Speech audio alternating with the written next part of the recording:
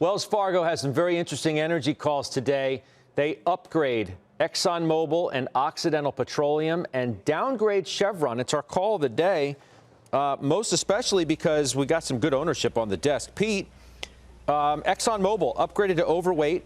The target goes to 53 from 43. Let's take that one first. And correct me if I'm wrong, Exxon, I think, is a new one of yours, a new buy as of, I don't know, last 2-3 weeks?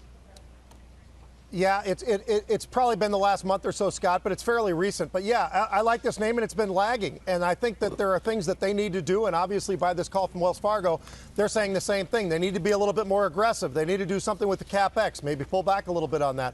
But they like the company. And we've seen this move in oil where we've gone in such a rapid pace in just a month from 36 all the way up to 47, Scott. That's been great, and Chevron's really participated. It's outperformed. That's why they're pulling back a little bit there. But the outperformance of Chevron, I think, is actually noteworthy because they deserve to be outperforming. They are doing a better job, and Exxon's going to have to catch up. They're going to have to do some of the things that this analyst is talking about for them to actually reach these levels that they're shooting for right now. But the beta of Occidental, those beta names right now, Scott, have been on absolute fire.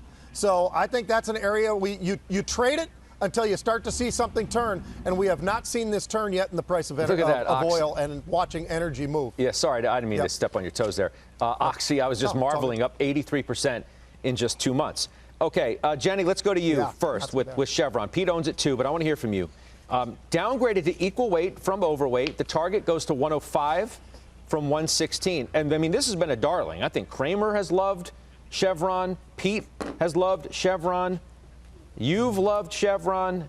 Is it time to get out of Chevron?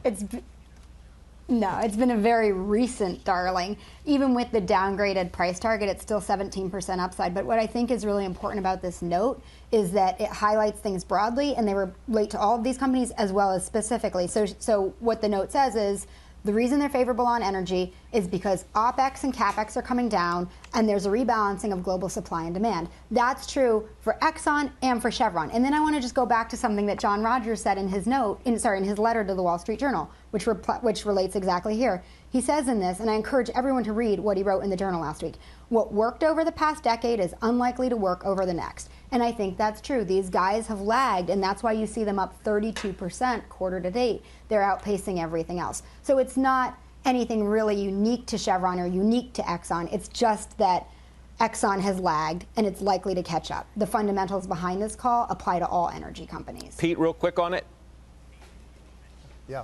Yeah, no, I totally agree, and that's why I jumped on Exxon, because we watched it lag. It had been lagging, and I think it's time to make a little catch-up play. So it makes a lot of sense to me, but I'm still holding on to Chevron as well, Scott.